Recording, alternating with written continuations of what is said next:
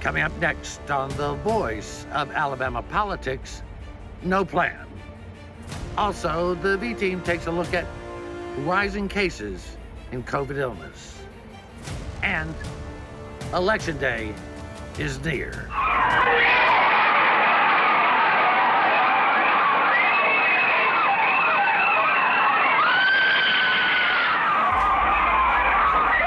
They're here. All this and much, much more coming up next on The V.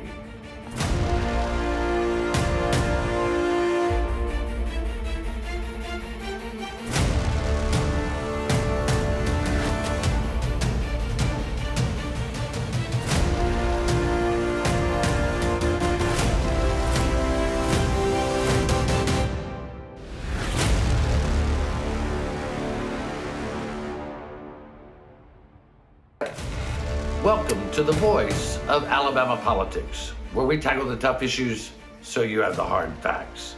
I'm your host, Bill Britt, and today I'm joined by Susan Britt, research guru extraordinaire, and Josh Moon, investigative reporter and columnist at APR. Welcome. Hey guys, Hey guys, how y'all doing? Alrighty. Good. Hey, last week we brought up the fact that the Alabama State Legislature does not have a plan to hold a session in February 3rd, to hold session in a safe environment. We talked about that last week. I'm shocked. So I did talk to some people down in Montgomery, and one of the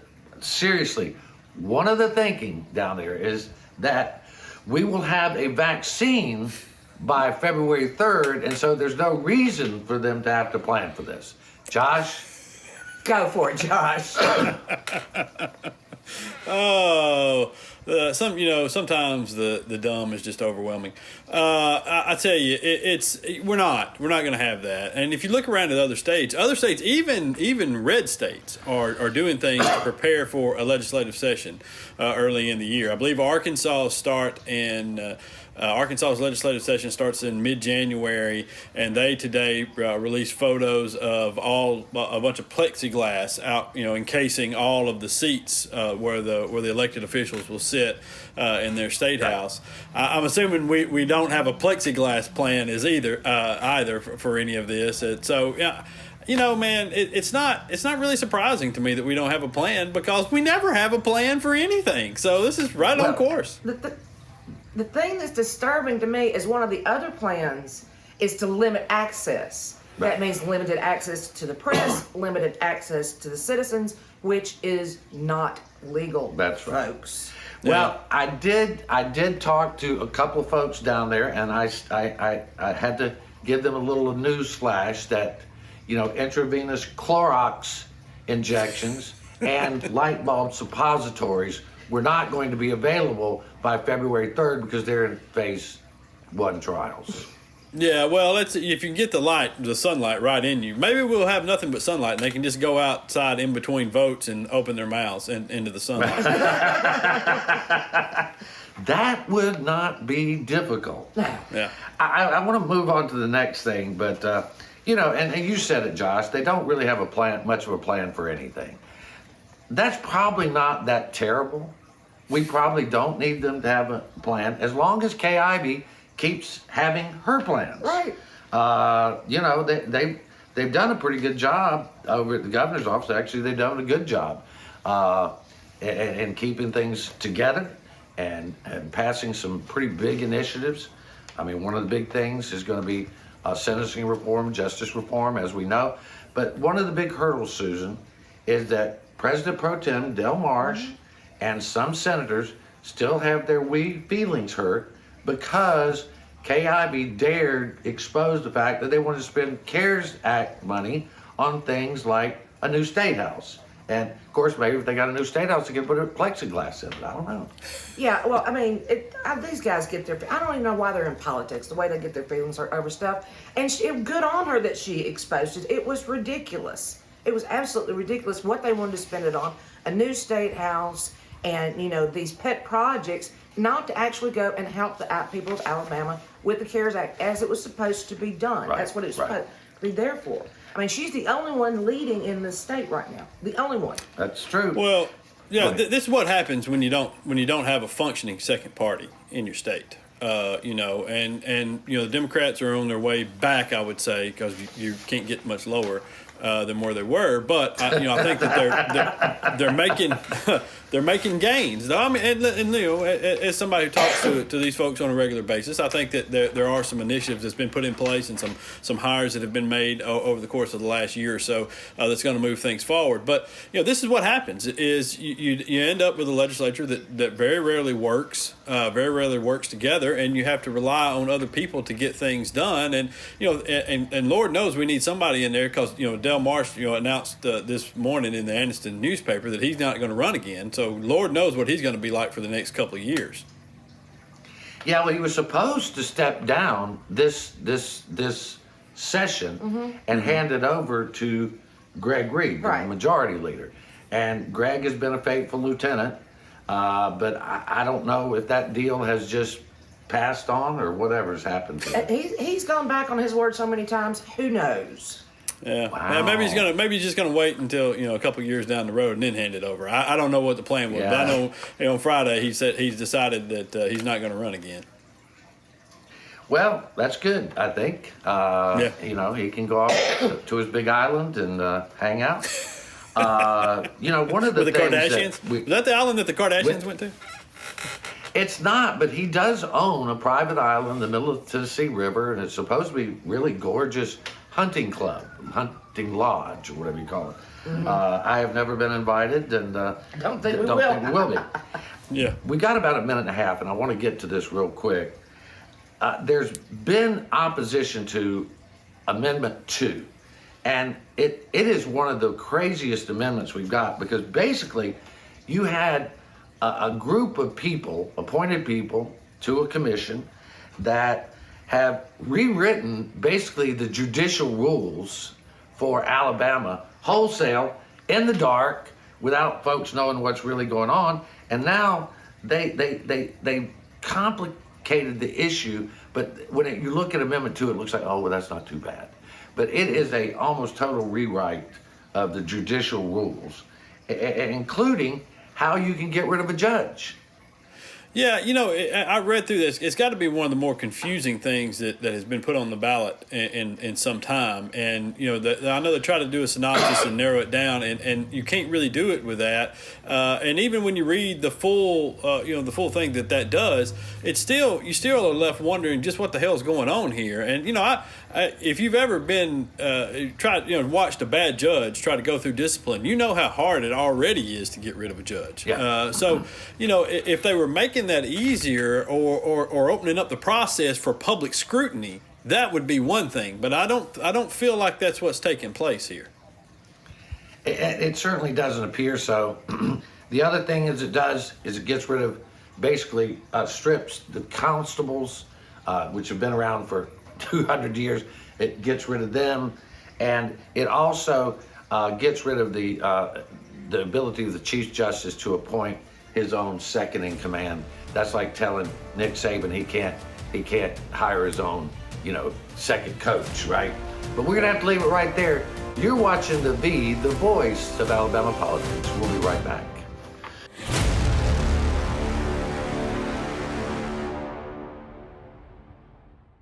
We took a chance on him. I knew he was a Democrat. But he promised to get things done. And he sure did. He fought like hell for us farmers. And our rural hospitals. Saved our jobs from trade tariffs. He stopped Washington from denying survivor benefits to our military widows. Senator Jones helped our business grow. He protected coverage for pre-existing medical conditions. Doug Jones worked with everybody. And got things done for Alabama. Doug Jones sure earned my vote. I'm Senator Doug Jones, and I approve this message. The United States was built on the foundations of life, liberty, and the pursuit of happiness. Millions of people have defended these pillars of our democracy. Please remember the sacrifice made by these Americans and make time to register to vote and obtain a government photo ID so you too can vote on November 3rd. Voting is a sacred right. Sacrifices made by those who so bravely serve our country should never be forgotten.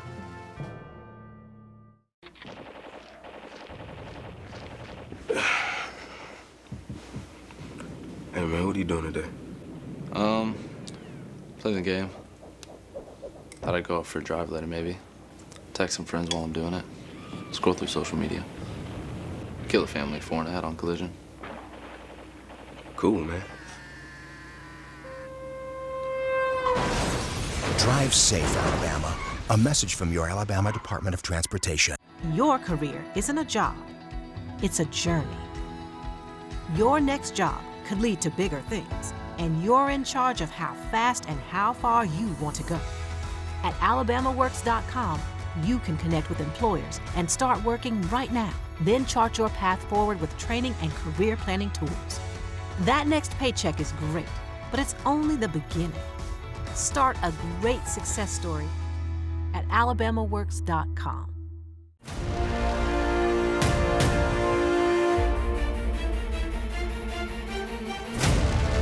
Welcome back to the V, the voice of Alabama politics. Susan, the COVID-19 infections are going in the wrong direction. I mean, the United States have had 9 million cases. Alabama just last week reported 1,400 new cases, 300 and some deaths. I mean, it is because people, the weather's getting different, but people are not, they've let their guard down. They're not taking it as seriously as they once were. I agree. And also the testing numbers are down in Alabama. Right. They're not testing as many. So we don't know accurately how many cases there really are. And that's disturbing because this is such a deadly virus. And if not only just deadly, if you do survive it, you're talking about lifelong health problems. And people are not paying attention. They're just not doing the necessary precautions.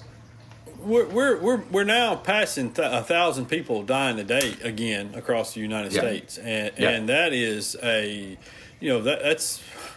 that's serious. You know what I mean? I mean, it's I don't know how people can continue to write this off. I don't understand it. I don't understand what's going on in your head. What do you think is happening? Do you think all these people are lying to you about this? Do you think the people that are saying, hey, our hospitals are filling up again? The Utah governor yesterday came out and said, we can't take this anymore. We're at capacity. We've got to do something. You know, these people are not lying. You were talking about Republicans, staunch conservatives that have come out and said these things. You've got to wear the mask and do the social distancing and keep your asses at home for a little while. Yeah.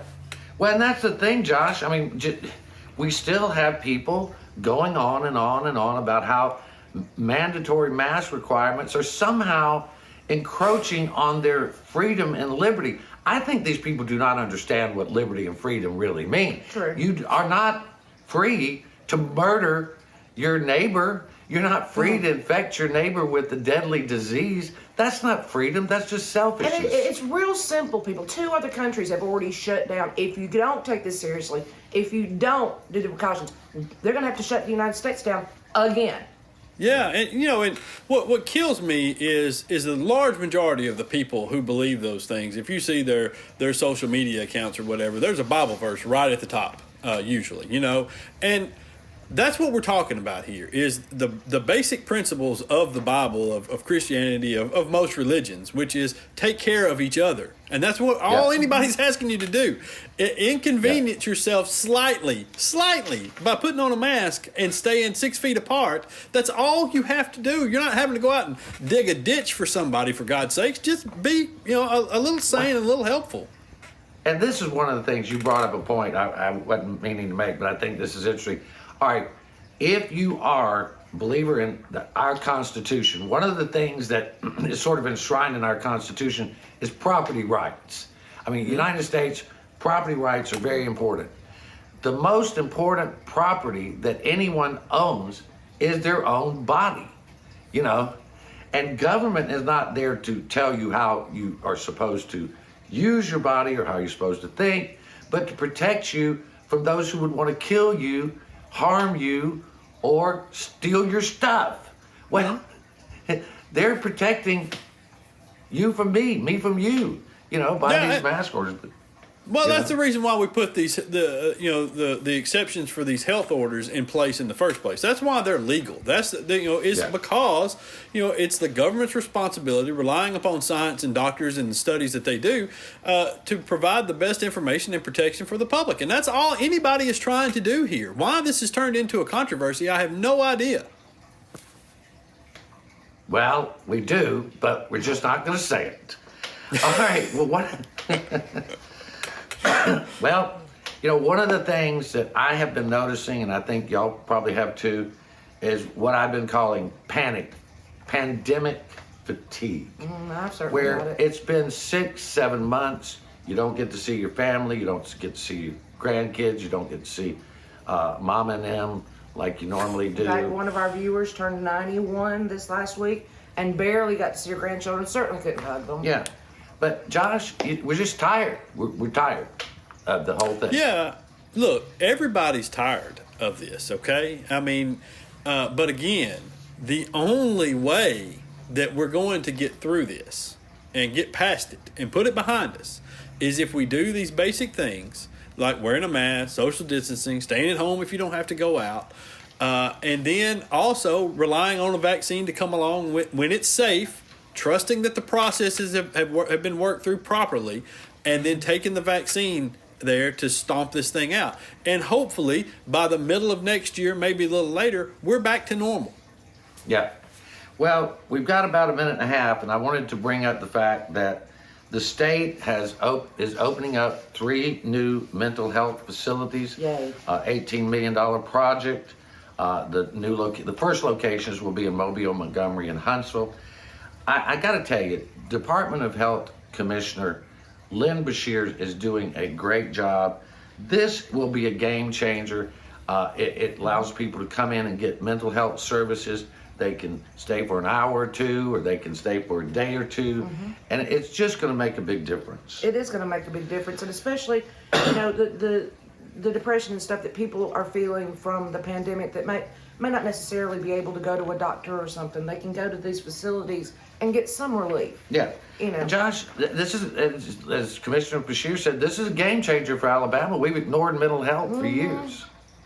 Well, once upon a time, we had a pretty remarkably good mental health system here in this state, and it was allowed to kind of deteriorate over the course of time, and so it's nice to see. And I think a lot of people, again, a bipartisan collection of people, have taken a look at what's gone on in this state with county jail cells filling up with mentally with folks with mental issues and stuff, and sheriffs being forced to take care of this, and they've said we've got to do something. So it is very very nice to see the governor's office and some other people taking a step forward and kind of pushing this out there and getting us back to where maybe hopefully close to where we once were.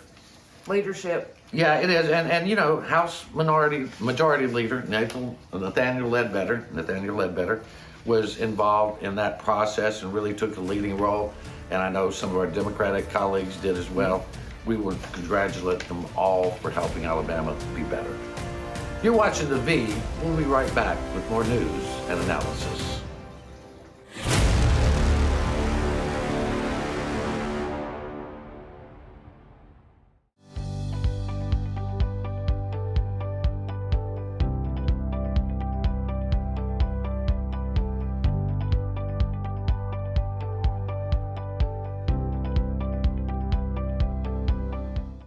As we celebrate 100 years of women's suffrage, we reflect upon a time when we could not register to vote nor hold public office. But now, we have the privilege of representing the people of Alabama in the state legislature. We must continue to educate and empower women because together we can continue to shatter records and overcome barriers. Register to vote and obtain your photo ID so you too can exercise your right to vote on November 3rd. What are you doing today, babe? I thought I'd head down to the lake with the guys, do a little fishing. Of course, none of us will be wearing our seatbelts. I'll lose control of the truck, wrap it around a tree, and kill us all. Okay.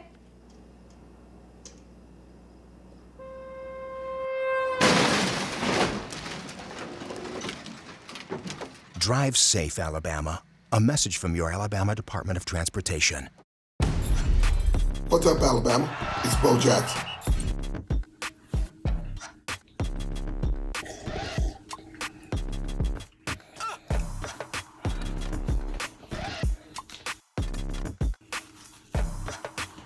Do I really need to say it?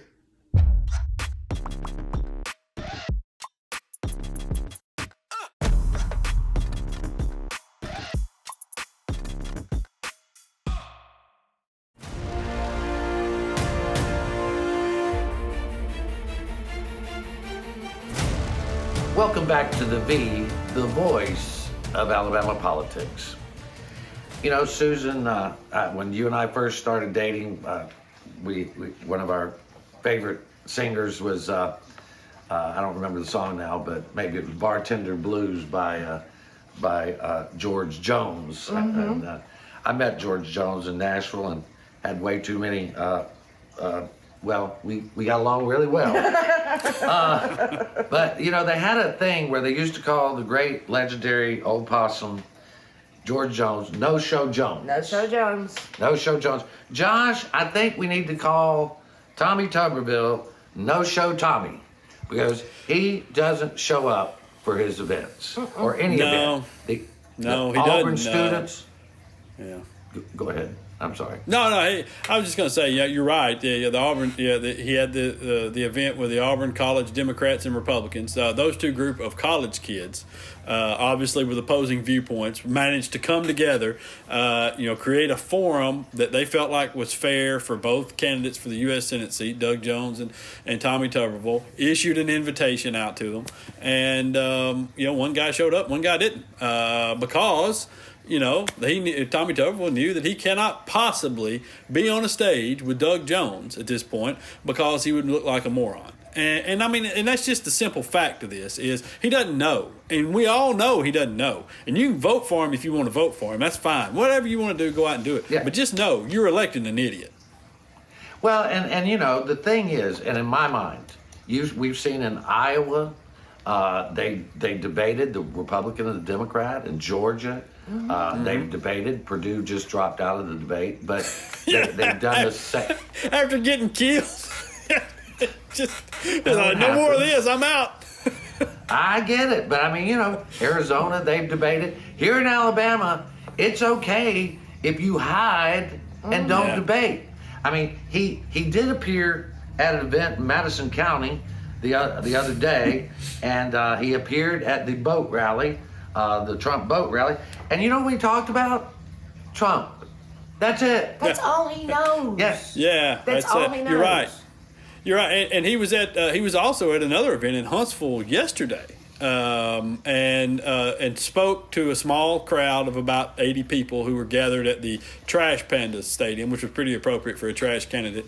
But then after it was over, he refused to take any questions from any of the people there. All Republicans who were there refused to take any questions, and then left without also skipping out on the media. And to which his campaign manager told them that he would answer all of their questions and be available to media on Wednesday.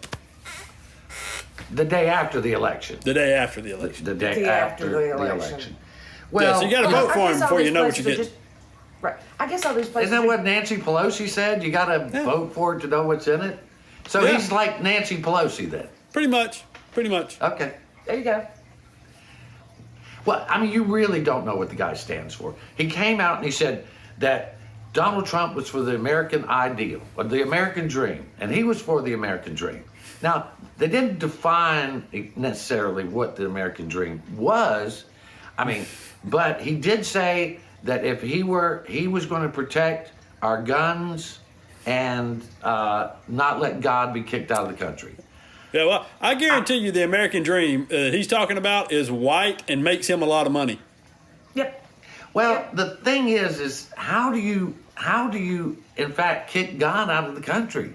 Isn't God omnipotent? Isn't God all powerful and everywhere? Whoa, Bill! You're thinking about this way too hard. Okay, you're trying to put thought and intelligence into this, and you need to stop that right now. Oh yeah, that's a good point, Josh. I've owned guns for a long time, and nobody's ever tried to take them away from me. Not once. They're just not. Yeah. But they They never don't come knocking on your door and go, give them up. God, you know where they do that? Russia, China. Exactly. But that doesn't happen here. Our Supreme Court is all for AK-15s and AK-47s and AR-15s. But the funny thing to me is, I've lost the numbers. Right, they're always crazy about the Second Amendment. But when it comes to the First Amendment, it's like, whoa, no. Whoa. We don't want any First Amendment. We don't want that. But the other thing is, until they get banned on Twitter or Facebook, then it's like, what about my First Amendment? Wait a minute. We should be free to lie whenever we want to, and a private company should be able to should be forced to let us. Yeah. Not a First Amendment right. Well, nothing is going to be nearly as crazy as November 3rd. Anything that we have imagined an election could be, I think this is going to be crazier, except in Alabama. I think it's going to be peaceful, it's going to be easy, and Donald Trump's going to win by a landslide. Exactly.